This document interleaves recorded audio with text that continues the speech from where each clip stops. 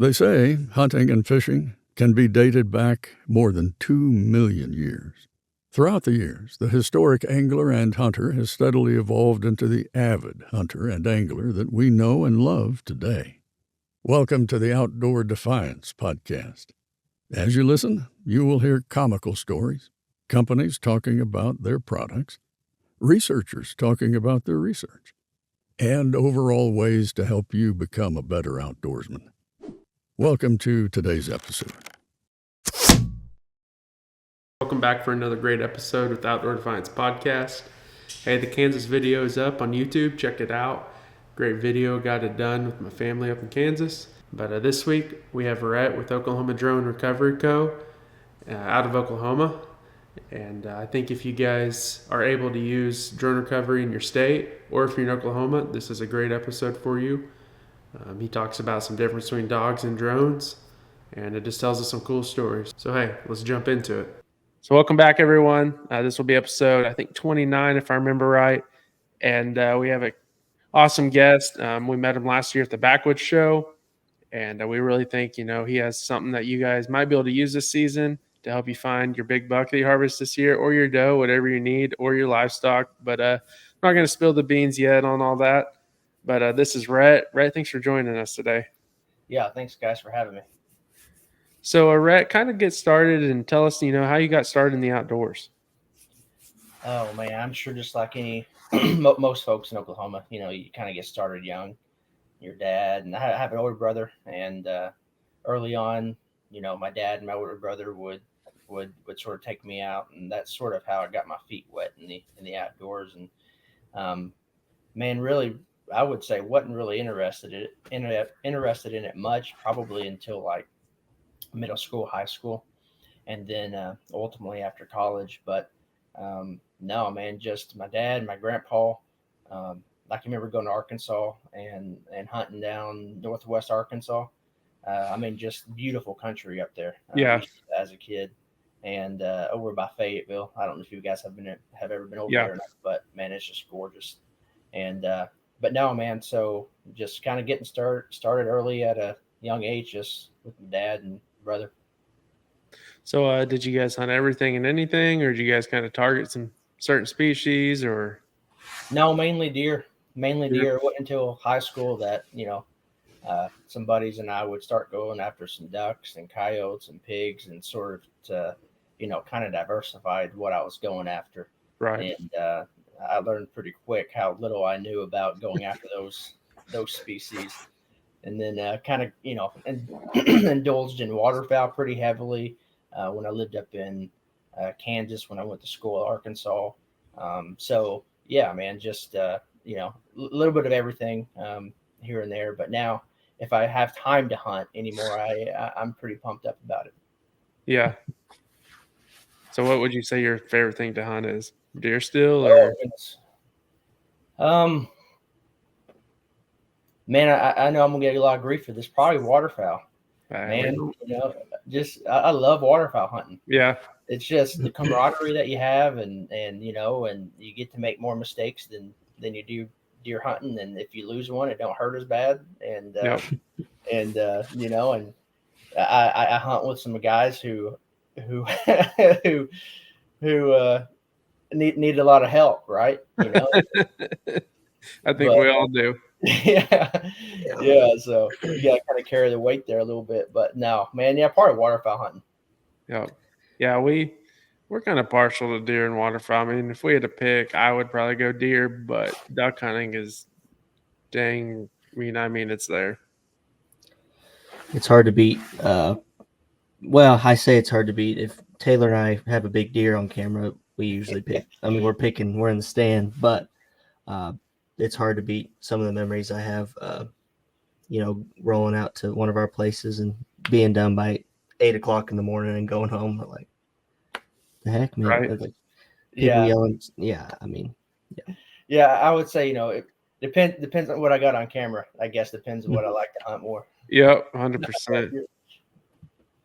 So I also like to hunt ducks, because you can get about 6 a day, and you only get 6 deer a year, so it kind of keeps things interesting, Yeah. So, and I just like how you have to work for ducks too. I mean, there's just something. I mean, we like to, goose hunt and all that, but my passion's the duck hunting side. I mean, this watching the greenheads or the wood duck, they all have something special about them, depending on what species they are, and just seeing them cup in and do their thing. I mean, I feel like geese just do about 3 different things, and that's about it. How long you been waterfowl hunting? Man, I started in middle school, so probably around 2006, 2007. Yeah. We kind of started jumping ponds, and then from there, it's like we started jumping ponds, and then from there it was like, let's try to hunt. And so I went and bought a call, learned how to duck call overnight. Probably wasn't the best, but hey, it worked. And then it was like, hey, we should buy blinds, and and then it was like, instead of these hot buy, GHG hot buys, maybe we should buy Avian X, or so kind of built the burning passion from there. But yeah, I've done the whole guiding deal. I don't know, I've done all that, but it's just the ducks. I just don't get tired of ducks. It's kind of a shame, man, that the numbers aren't as high as what they were 10, 15 years ago down in Right. Southeast Oklahoma. And I lived up in Kansas for a while when I worked for John Deere, and that kind of spoiled me. You'd go up there, you'd be hunting flooded bean fields and sloughs and some wooded timber, and you'd be on 300-400, if not every now and then you'd have fields of 1,500 to 2,000. Yep. Depending on what spot you're at, and then I moved back, and my brother and my friends are excited about 10 or 20 that are on a pond, and anymore it's just hard to get up for 10 or 20 ducks. Yeah. Early to go put in the work, but yeah, it's kind of spoiled me living in Kansas. Yeah. So you said you went to college up there, and did you finish and get a degree or? Yeah. Yep. So graduated from University of Arkansas with a bachelor's of mechanical engineering. Oh, awesome. And that's why, I guess that's what got you the job with John Deere. Yep. I was spent a lot of time as a manufacturing engineer there. Spent some time in design engineering. Oh, that's awesome. Horicon, Wisconsin, as a intern up in Horicon, and that is Wisconsin. There's a marsh there in Horicon, and you're talking about a duck haven. So I mean, it kind of, I don't know, it kind of fed the itch, I guess. But yeah, so now I'm with Raytheon Missile Defense as a program operations manager. So still doing the engineering life full time. Then the other gig almost full time, if not more. Yeah, exactly. Yeah, trying to delegate as much as I can on the drone business. Yeah. So, what made you decide to move back from Kansas? Was it just family? And yeah, my wife, she didn't like Kansas. So if you saw our place up in Kansas, you would have fallen in love. I mean, it was just middle of nowhere. And not a house for a mile. Cornfields, bean fields everywhere. I mean, it's a hunter's paradise where I'm at, and we still got it up there. We got some ground up there, but a hunter's paradise, and she didn't feel the same passion as I did for Kansas. Yeah, so she made it known real quick that we needed to get back home. So she's from this area. She's from Hugo. I'm from Colgate, and we kind of settled in McAllister, Oklahoma. So. Yeah, the wife had a lot to say with that. Hey, I mean, I'm not gonna lie, Kansas isn't the prettiest unless you are up there hunting. No, she has a point. I get it. I love it up there. I'm not gonna lie. I've driven through a lot, and I've hunted it once. I'm about to hunt it again. Taylor just went and hunted up there. Successful up there, I might add. So, twice successful. But places like South Dakota and like Kansas and places like that, it's hard to beat if you're. They are hard to beat. I went up there and hunted, and I ended up shooting one and ended up losing it. And unfortunately, drones aren't legal in Kansas, so there's nothing I could do about it. So we called a dog in, and man, I tell you, that dog was amazing. And he found blood that I would have never have found And anyway, we ended up tracking them onto the neighbors and sort of a lost cause from there. But man, it's kind of, I haven't lost a deer, and I can't tell you when the last time I lost a deer. Yeah. But I'm going in this season, the drone season, with a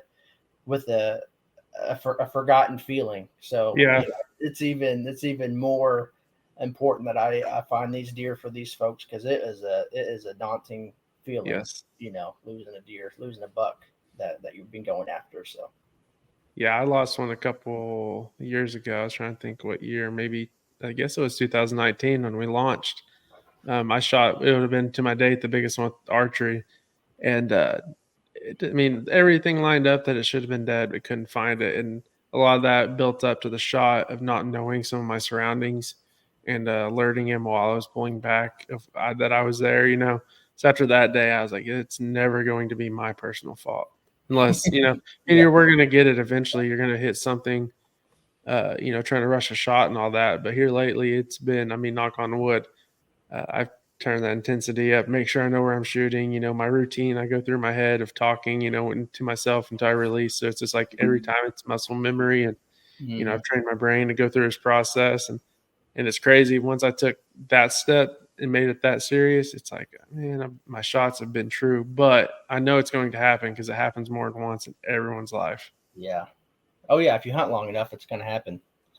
Oh, yeah. That's what I tell folks, and it's easier being on this side of this. Right. It's easier saying that than it is hearing it. I 100%. had some friends tell me this, you know, tell me that, and I'm like, oh, so that's what that feels like. I may not say that this year. You know, Yeah. it doesn't help it. It doesn't help the sting at all. Oh, no. So Yeah. that was this year? Yeah, it was just two. It was it was not this past Wednesday, but the last Wednesday. Oh, So sweet. disappointing, man. I was on him 4 out of the five days.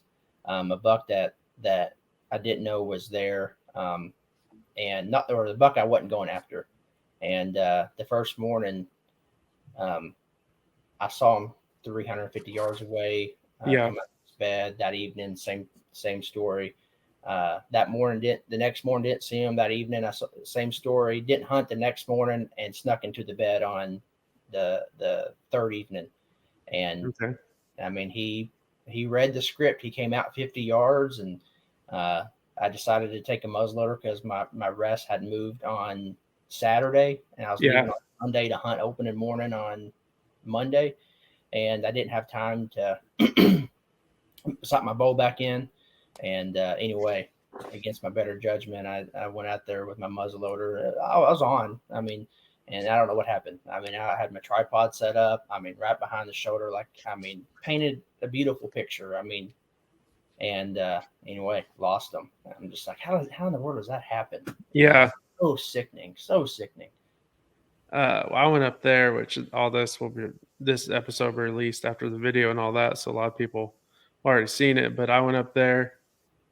Got up there Tuesday night, hunted, was going to hunt Wednesday through Sunday. And then Friday after I was doing all the public land, and man, the uncut corn and Milo were just beating my tail, in the full moon or just beating my tail. I mean, Oh yeah, we watched 3 or 4 studs walk out of the Milo after dark, you know, with my headlights outside the road to see them come trotting out of the uncut Milo or corn. And I'm like, golly. So that Saturday morning, I went in, shot a doe at a spot we've been seeing does, and to kind of break the ice, and then tried a random spot that night, but it was the thickest spot I've seen in Kansas, and we can only see like 120 yards, but through that was nothing but thickets.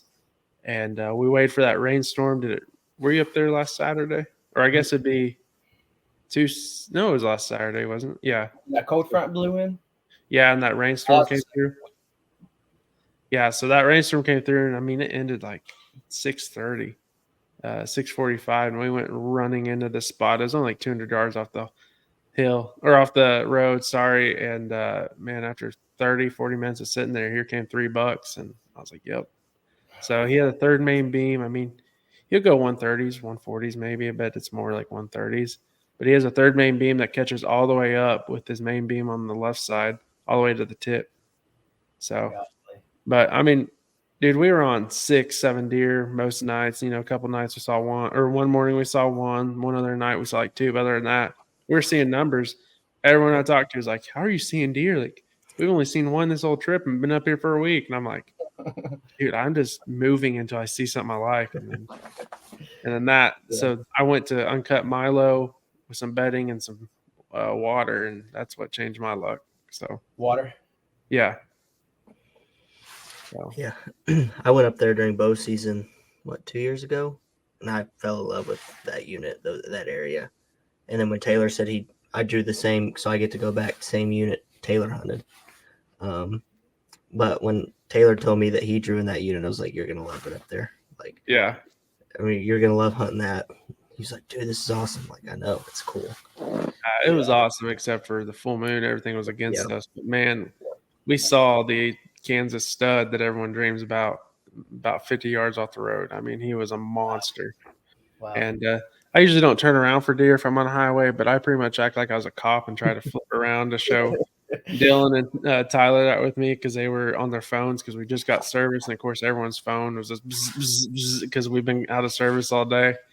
And as soon, it looked like as soon as they looked down on their phone, I was like, "Oh my god!" I flipped around and went back, and he had already been gone because about 4 other vehicles, and I think they're having a high school football game in town, so there's all sorts of vehicles going down that road, and he just left our life. He was huge. I mean, he was it.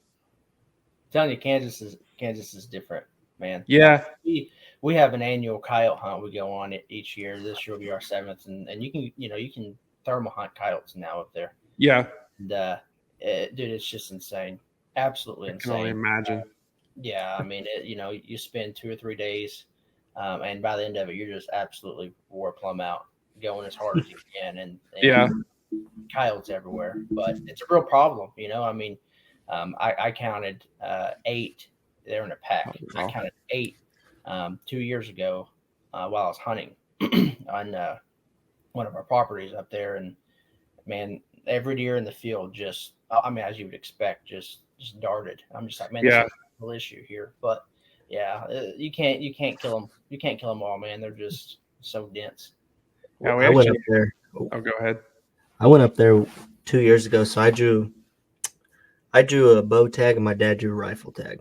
We were in 2 different units. I went up there with Dad when he had his rifle tag, and we walked over a hill one time, and there were like 20 coyotes like in one area, and we walked over the hill. And my dad was like, "I should kill all of you."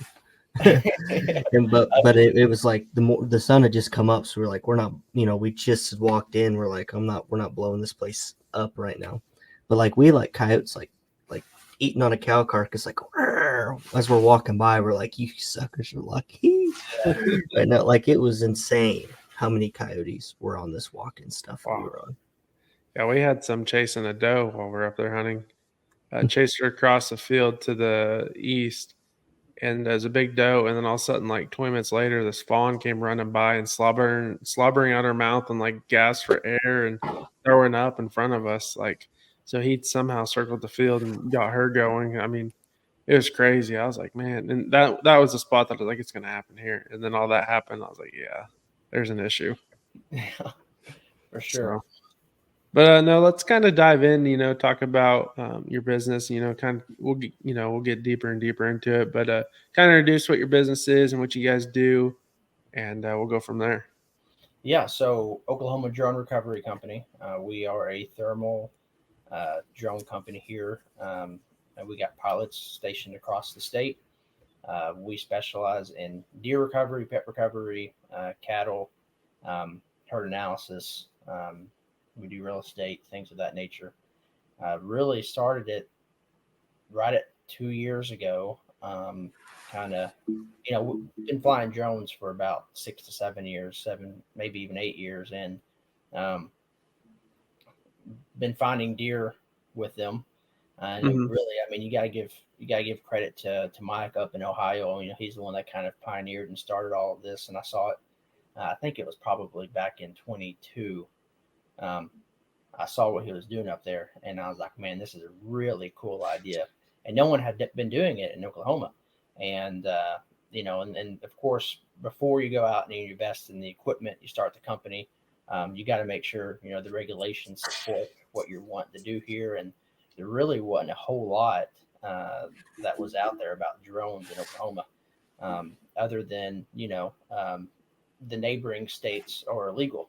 So I really began building that relationship with our game wardens. I give a lot of credit to Wade up in Oklahoma City, the lieutenant colonel there. I'm sure he got annoyed with me the amount of times I called and him and I discussed things over, and ultimately deemed it was legal. So I'm one of those guys that doesn't really do things half-heartedly. If I'm going to do something, Yeah. so that's probably it's a good thing, but can be a bad thing as well. So anyway, we did. I started ODRC and with the intention of, hey, I'm going to cover the state by myself, right? And then we go into our first year off season, and I quickly realized, that's too ambitious. It's not going to work if I really want to expand our outreach to people and really lower that cost, because the mileage rate is what was really adding up. And anyway, we expanded our team, and ultimately, I think that our first year was really pivotal for the drone community. We went. I advertised 75. It was right at the 76, but 75% success rate. Mm-hmm. And what's unique about a drone is you really have two areas of success. One is the recovery, where you find a deer that has been expired. And then the other one is just locating it, and it's wounded, either mortally wounded, or, wounded that's going to live, so forth. And you really kind of have to segregate those two. So of the 75% success rate we had, 34% of that 75 were expired, which means that only 34% of the deer we found were dead, leaving 66% of the deer we found in some sort of jeopardized situation. Whether they were shot in the shoulder, whether they were gut shot, and they went back and recovered them the next day, or so be it. Whatever the case may be, each case is different. But 66% of the deer we found were alive. Now, whenever you take all this data, and this is data that hasn't been 100% validified before, just because you didn't have the opportunity, you didn't have the technology to do that. I think what's interesting is that these numbers sort of align with what our dog friends are seeing on their side. I think they're sitting around the 35 to 40% recovery rate as well. One can assume that the 60s, the remaining is alive somewhere. Right. We don't know that for sure, but that's the advantage of a drone. Is a drone can do that. A drone can identify, hey, this is the deer, this is the shape that he's in. Let's evaluate him tonight. Let's see what he looks like. We'll watch him for 10, 15 minutes. I drop you a pin. You go back there tomorrow and see if he's dead or not. And a lot of cases they weren't, and they got him back on camera not too long ago. Oh, wow. Yeah. So there's a lot of data here that is really advantageous, can be advantageous to, conservation of wildlife. Right. That, with the legislation that's being passed next year, the stuff that's going to be sort of negotiated up top, I'm hoping a lot of this still supports the use of drones, because there's no doubt that first year we saw a significant impact. And that's not just with us, that's with other drone companies throughout Oklahoma. Right. Yeah. What do you think some of the biggest controversies are of using a drone that you've heard? Yeah, I mean, people don't like them flying over their property, right? I mean, the reality is, and I understand, whenever we're doing calls, we're searching for pets. I make it clear to our client that we will not fly over any homes. We will not shine any homes. A lot of times we get calls for pets, and they're in a community, and I'm like, hey, we can't fly that, or we won't fly that, because we want to respect people's privacy. So 100%. From what we've heard, there are a lot of people that are calling, and they don't want people flying over their property, not so much their home, but their actual land. And And although I respect that, the the FAA regulates the airspace; it's public domain. So, Right. There's really it's federally regulated. So, legally, drones have authorization to be up in an airspace that's not controlled, and that you don't need to get you know FAA authorization if you're like in a controlled airspace. So Right. that's probably been one of the biggest ones is people just not like people flying over them, and I understand that. So that's why we always try to be very respectful to everyone's neighbors. I would say another one would be this equipment is extremely powerful, 100%. and I kind of equate it to a thermal scope, right? I mean, you have guys who are going to be ethical and um, act with a high level of integrity with thermal scopes, and then you may Yeah. have folks that may push the limits a little bit, right, and find themselves in some situations that they, if caught, probably would regret. So the thermal drone aspect of it would be the same way, and good guys are going to do good things, and bad guys are going to do bad things, and I Oh, think 100%. that's it's probably a controversial or controversial. However you say that word. Controversial. Yeah, it's hard for me to say it. Don't worry. Yeah, I know. Well, Controversial. it's a debatable. Controversial. Yeah, that's a bold statement, but the reality is that's what we're up against, and it's those kind of conversations that are really going to drive, I think, in my opinion, the legislation for drones and the freedom for drones in the future. Right.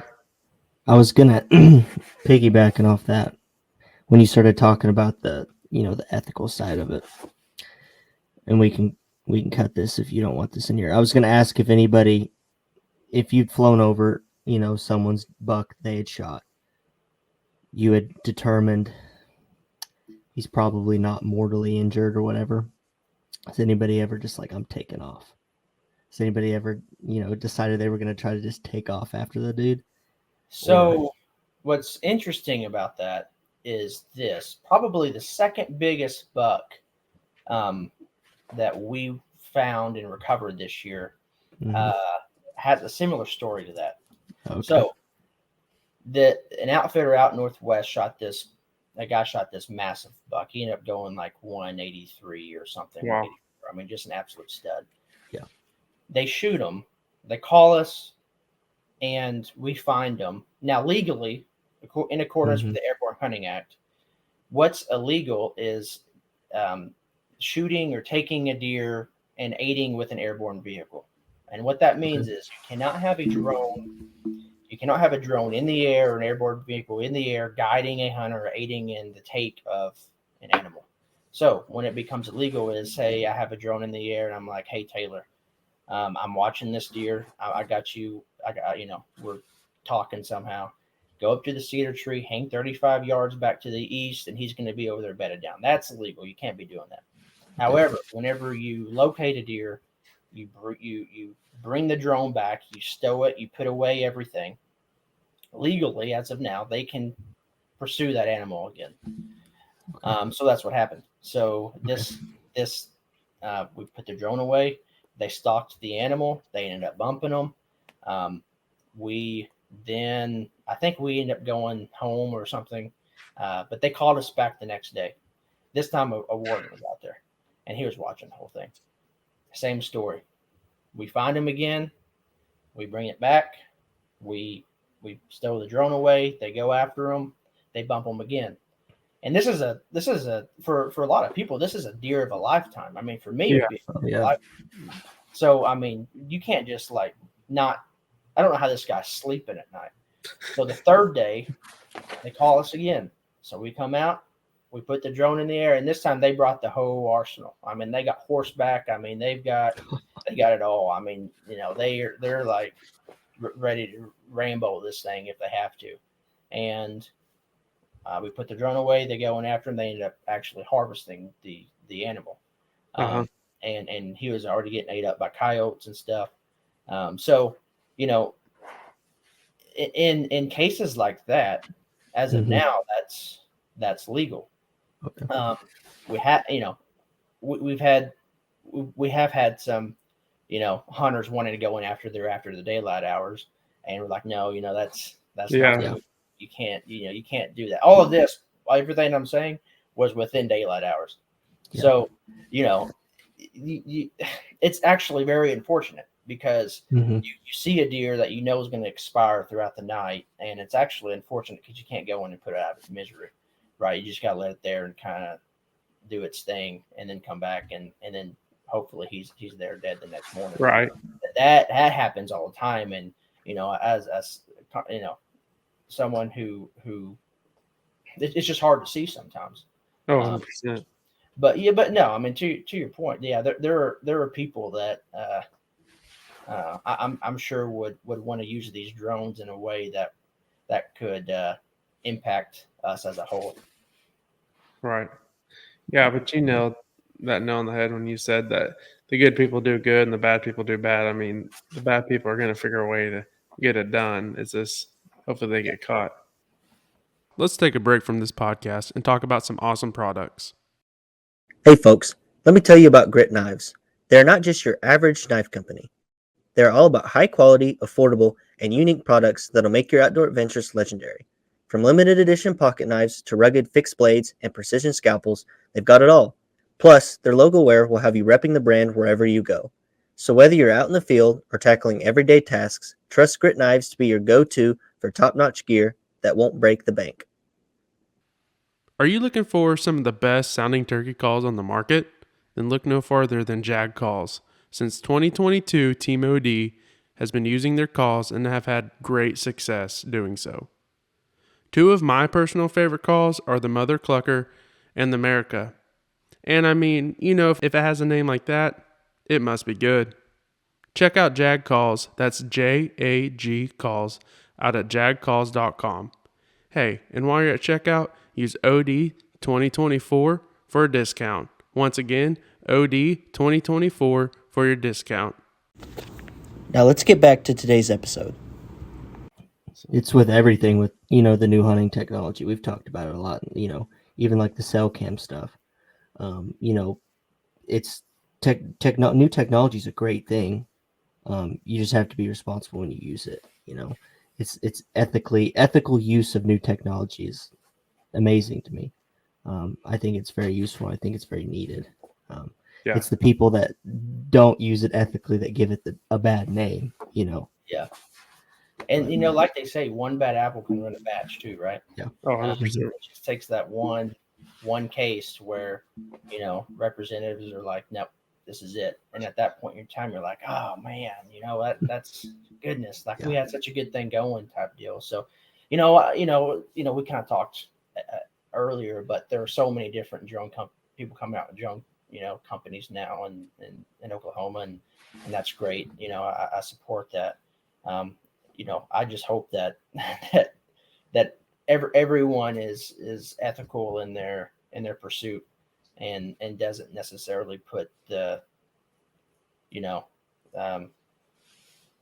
that everyone acts with integrity nonetheless, so that we can continue building off of what all the drone guys so far have done in Oklahoma, and not only in Oklahoma but throughout other legal states, right?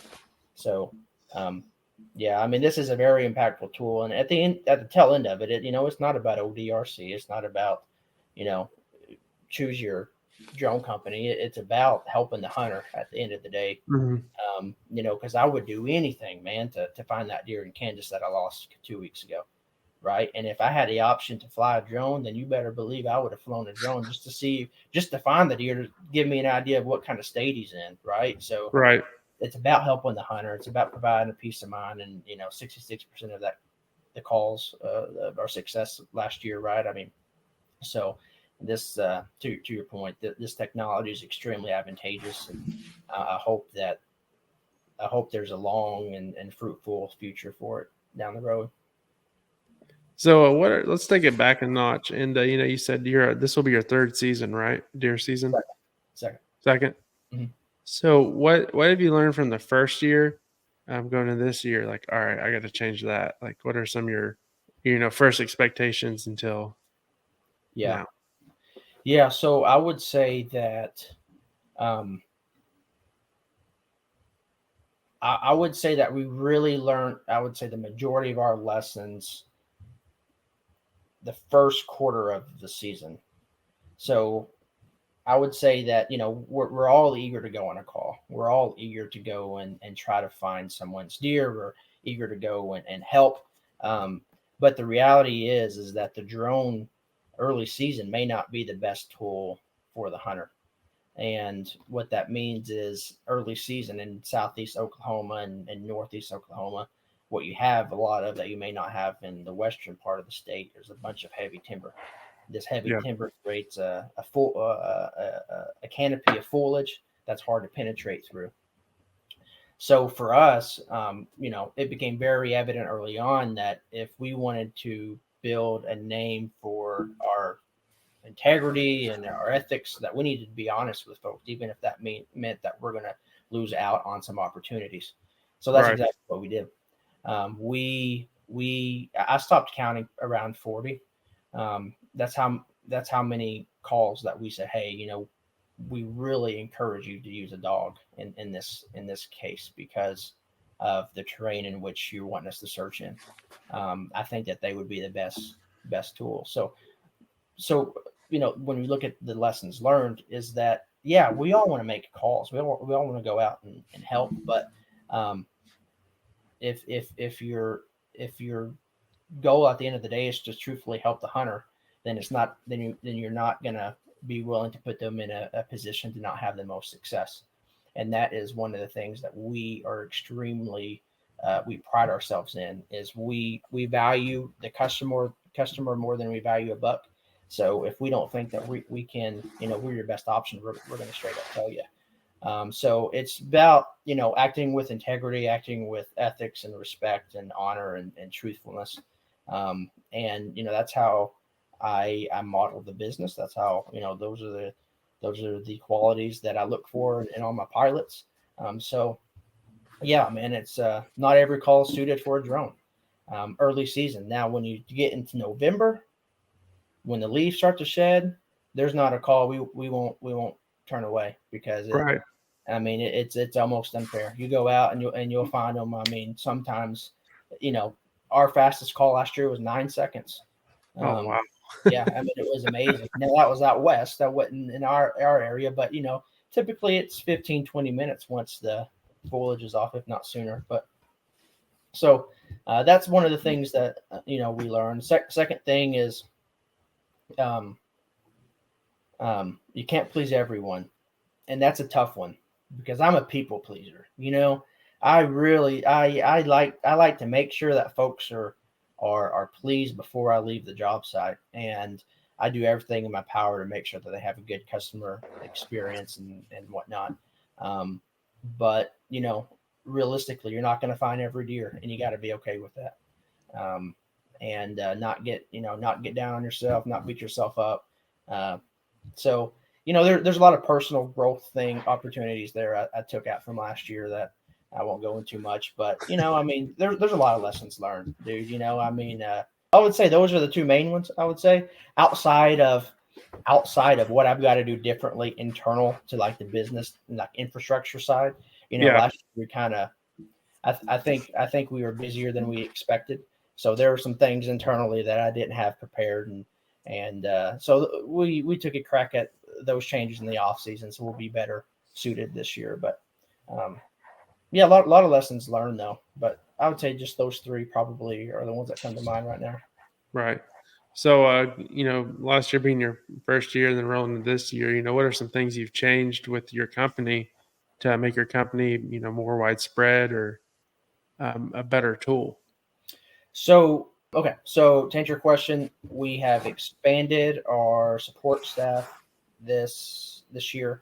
We're up to we're up to like 10 to 12 pilots, and the thought process behind that is to really drive down the mileage cost, the mileage fee associated Mhm. with it. So our goal is to really put different pilots into different regions, different quadrants of Oklahoma, so that each quadrant has uh, quality drone options.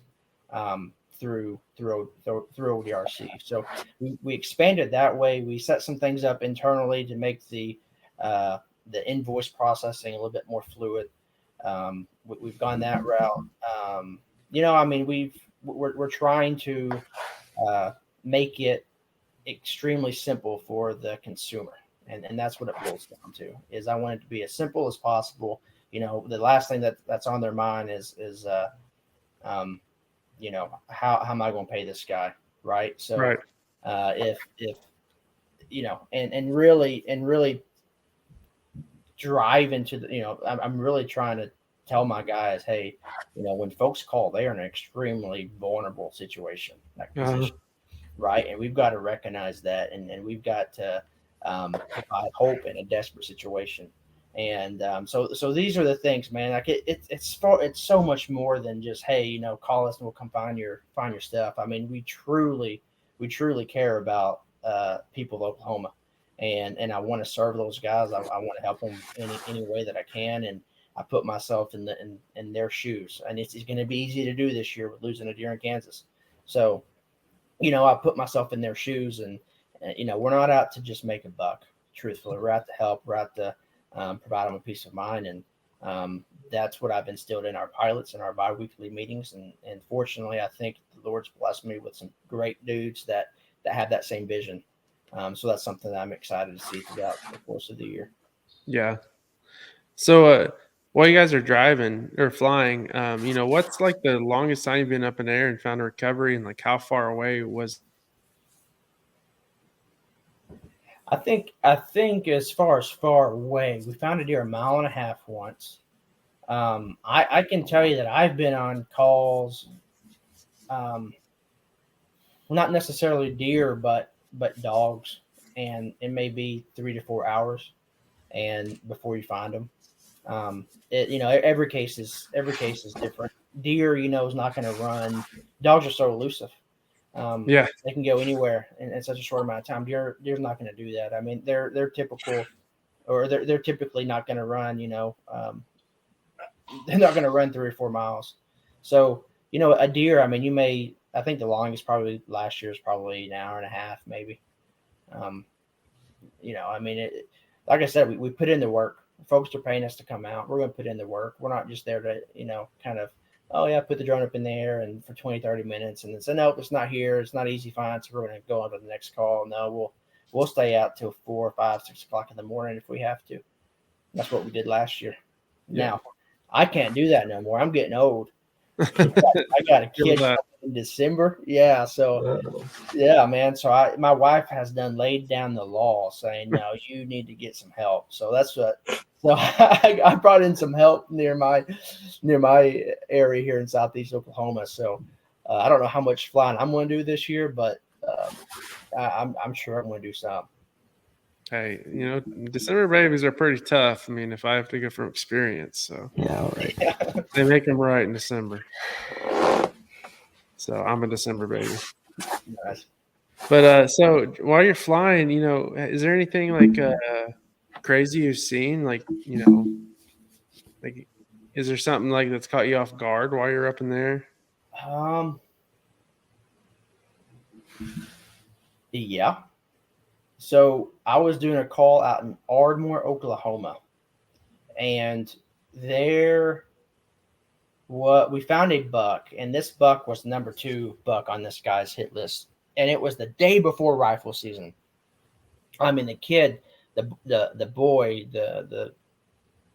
his dad is whose deer I'm looking for, and he said this deer is probably 170, 175 that he shot with the bow, and it's the day before rifle season.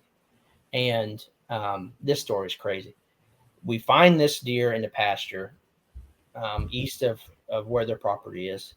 And this buck is he's a nice buck. He's probably 150, 155 maybe. Yeah. And he's walking across, he's amped because he's walking towards their property. Everyone's like so stoked because, they haven't seen this buck in 2 or 3 weeks. And guess what? Here he is. He's still around. So we go off and I do my thing and I'm still searching. And anyway, I end up finding the buck that they're going after about oh goodness, maybe 3/4 of a mile back to the east. But before I find that buck, I'm still flying, still looking. And all of a sudden, we hear, and we're only probably 200 yards from the road, and we hear tires screech, and we hear a clink, clink, and we're like, what in the world was that? So I bring the drone back, and I come back, and dude, if it wasn't that buck that boy was going after, it got smoked 200 yards downhill from us. Oh, this dude was devastated. So it's just laying there. It's just laying there on the side of the road, and they call the warden, and warden had a what's it? It's a tag. It's a I think it's at a cart. Yeah, something like that. Anyway, down. But oh man, we ended up finding that guy's deer, and he was a stud, but with the arrow still stuck in him. But man, that boy was just devastated. I mean, yeah, I mean, you go from the high, hey, you know, I'm so optimistic, I'm gonna get on this guy in the morning.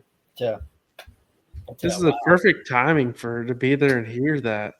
Oh, I know. It was crazy. That's what we're talking about. You know, I had Todd Chester out of Ardmore, you know, out there with us, and man, it was, oh my goodness, it was crazy. But they loaded him up. They had him on the side by side. He got to put his hands on them, and I'm just like, oh wow, that's disappointing. Yeah. You know, and that was probably the craziest story. I mean, every now and then you'll see bobcats, you know, go after rabbits or something. That's pretty cool. I'm really wanting to see mountain lion. I'm wanting to find a mountain lion. I'd love to find me too. An alligator. I think an alligator would be pretty sweet. There's some things on my hit list that I just haven't found yet. So when you're flying, how many deer do you usually have to like what's the most or the least deer you have to kind of decipher through to figure out if it's the target buck? Yeah, I mean, it depends on property, right? Every property holds a different amount of deer, but with the thermal, whenever you're looking, you can't uniquely identify that subject with just the thermal. That's why we have a spotlight on top. So what that spotlight does, it allows you to flip it on and see exactly what deer you're looking at. So like, for instance, if you and Taylor were out in the field and I saw you two, I wouldn't know which one is which until I put that spotlight on, and all of a sudden, okay, now I can say, hey, here's Taylor, right? And therefore, you know, that's how you uniquely identify your animal. So any deer that you come across, you want to make sure that's not the deer.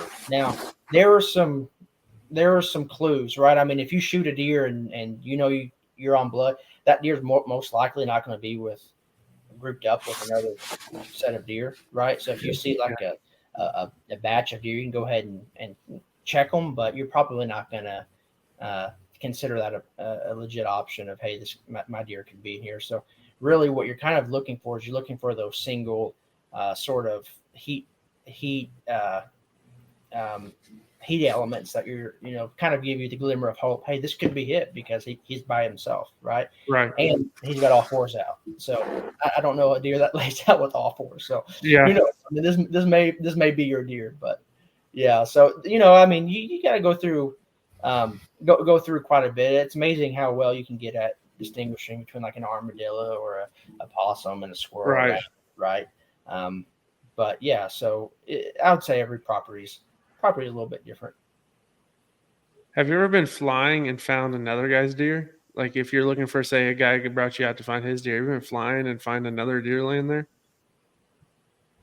I have not. That would be wild, though. Yeah, I was like, that'd be a crazy scenario. Yeah, that would be wild. We've been shot at a couple of times. Like your drones or you guys personally? Yeah. Oh, drone, that's it. I forgot about that story. That's a crazy story. Had the cops come out and everything. I mean, that was actually disappointing because I found that guy's deer earlier in the day, and I went on another call. I came back to see if that deer had expired, and whenever I put it up in the air, that dude just started shooting at us, the neighbor, and we called the cops, and the cops come out there. I'm like, yeah, watch this. I put the drone in the air, neighbor starts shooting, and the cop's like, yep, hold on. And then nothing ever came out of it. But, that it's a felony to do that. I don't think folks realize that, right? I mean, that's a federal offense to do that. So we're always trying to, and the problem is we're nowhere near him. I mean, we were on this other guy's, like the guy who shot the deer, his property. So, yeah, I mean, we're probably probably quarter of a mile. So I don't know, maybe quarter mile. Some folks may consider that close. I don't know, but um, I mean, we were back behind the guy's house, and the dude lived probably a quarter mile back to the south of him. So he's shooting across his home. So it's just, yeah, it was a crazy situation. It's crazy. I wonder if he was just paranoid. I don't know. I can't imagine myself watching a drone go up in my neighbor's house, just like I'm gonna kill it. Like, you know what I mean? Shoot it. I can't imagine myself ever thinking that was a possibility or like an urge for me to do that. So I don't. I get it. Yeah, I get it. So that's why I tell my guys, I'm like, stay away from homes. Stay away from homes the best that you can. Don't go near them. So when you go out on calls, you usually give the game wardens a heads up, or do you try to get them out there with y'all, or kind of what's your deal with that? Yeah, I mean, I welcome game wardens if they want to come on call. I got some good buddies, and they've seen us fly a couple of different times. But we always give the game warden a call. It's not required, but I think some of the legislation that's going to come down the pipeline maybe next year it's going to be. So there's no reason, in my opinion, why you wouldn't. Yeah, It doesn't do anything but good and build a healthy relationship with your law enforcement. So we talked about this earlier. You said some situations are better for a dog, or some situations better for the drone. Do you kind of ask for the story, analyze the story, and then kind of try to paint the picture yourself and go off that, or do you go out in the field and then tell them that part? No. So what we do is I get a pin of where they're hunting. I go on X or Google Maps or Maps, and I will evaluate I'll evaluate the area. If there's a lot of timber, then like in October. When I say this, I specifically mean October. Right. When the leaves drop, there, in my opinion, there's no need to throw a dog in there first. Just because the advantages that you have with your own. You're not in there bumping them. You're not in there. Your scent's not going anywhere. If they are dead or if they are alive, you're not going to push them. You're gonna be able to watch them from a bird's eye view, and they have no idea that you're even there. So once the leaves drop, I'm a strong advocate for the drone route. I'm not being biased. I've just seen it work. But with the leaves on the trees, I'm a strong advocate for a dog. Yeah. Because they're going to be able to do what a drone may not be able to do in that specific situation, and that's provide a thorough search. Because what happens is you're limited to the top of the trees. So you may be able to see gaps. And I'm not saying that you can't find deer in heavy timber. We did. I'm not going to say that you can't, because you certainly can. And if someone wants to go the drone route in heavy timber, by all means, I don't want to discourage anyone from doing that. But I'm saying that from what we've seen, the calls that we've made, there is a risk associated with going the drone route in heavy timber that you're not going to have when the leaves drop. So going that dog route will probably be the best option because you got boots on the ground and you're not out any money. So that would be a case. Now we followed up dogs, and we've had dogs follow up us specifically in early November or early October. But one of the things I really dislike is there's this whole sort of rivalry that seemed to have started between drones and dogs whenever we started coming out, like whenever we first came out. And all of a sudden it was drone versus dog. And, Katie Anderson with Oklahoma Blood Trackers, I've throughout the off season have been able to build a really good relationship with her, and we're on the same page. And it's like, hey, it's about the hunter, whether it's a dog or whether it's a drone, it does not matter. There are advantages to each, and there's disadvantages to each.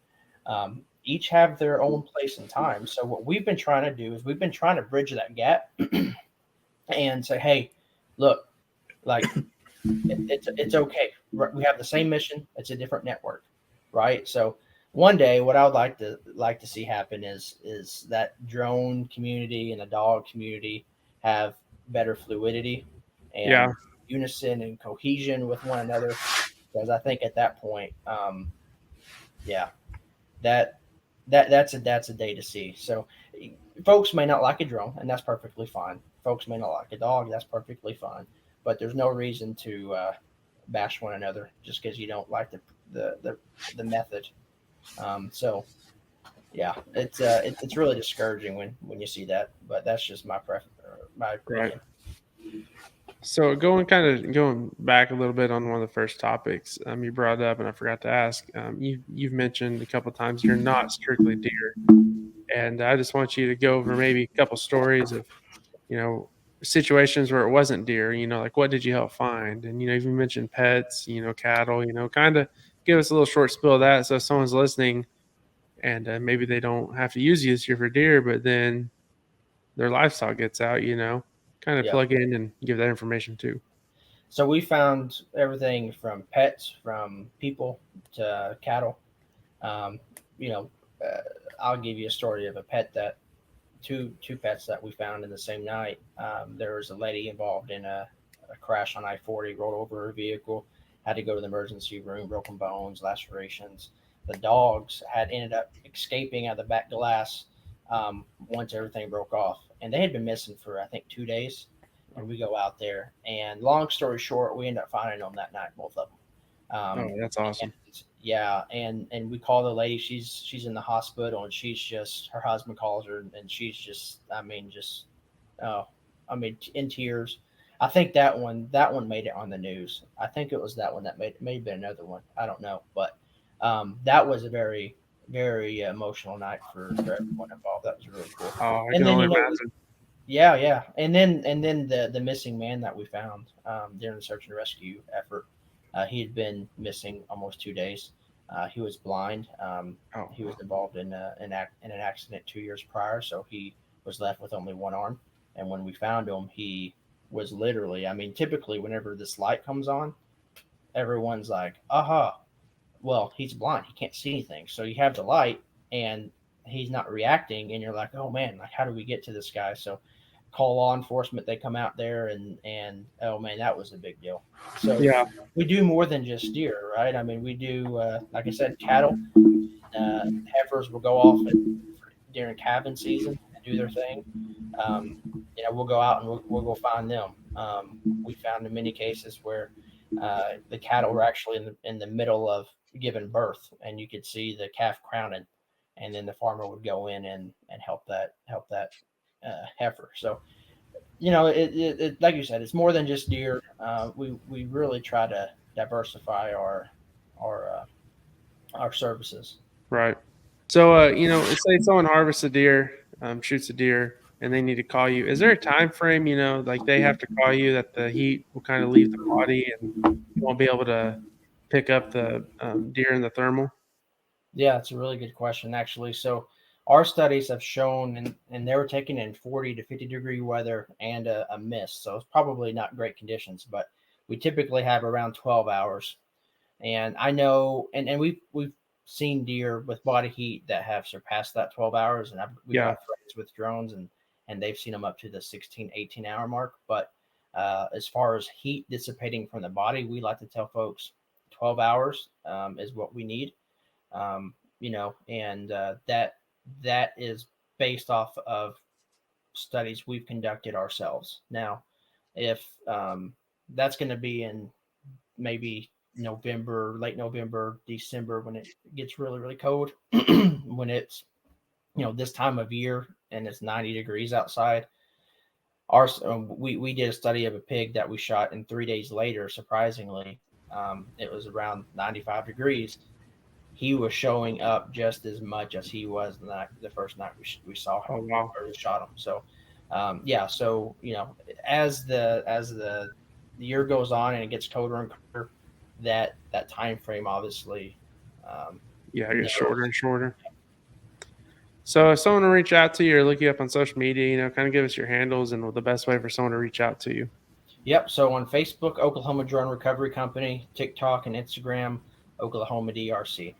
And if you want to reach out, go to either of those, but our website is probably the preferred method. www.oklahomadrc.com. Submit a service request, and we will get back in touch with you as soon as possible. Do you have so if someone wants to call you or text you, do you have like a time frame that they need to get in contact by, or? So if you shoot a deer, if we're talking about deer, I mean, we're open 24/7, so call us whenever. But Okay. if you shoot a deer and shot placement's critical, right? Because if someone shoots a deer in the gut, then typically 18 hours or so before you want to go and pursue that animal. We really don't have to worry about the 12-hour mark as much, because we know that if they shoot them in the gut in the morning, they're if we go search in the evening, they probably would have just have died, or maybe they're still hanging along, and they're going to show up just fine with the heat and whatnot. Right. But if they make a good shot and they think that that deer's expired, we told folks last year, just in complete transparency, in the morning, hey, if we come out that evening, there may be a risk that heat has dissipated out, because we won't get there until after the 12-hour mark. Mm-hmm. So you may want to call someone else.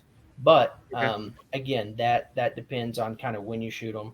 Like I said, we found deer post 12-hour, but we really like to hit that 12-hour mark, just to ensure the clients have the most probability of success on our end.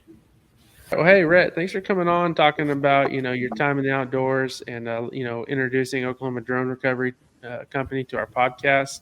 Like I said, I think a lot of people will find times that it's a need for you and a tool to use. So I'm glad you got to come on right before season. I know this one will be released probably a week after season, maybe 8 days after it started. But yeah, you guys reach out to Rhett if you guys need anything. We met him at the Backwoods Show, and he made an impression on me to get him on here. So thank you again, Rhett, for coming on. Yeah, hey, I appreciate it, guys. It's been a pleasure talking with you guys.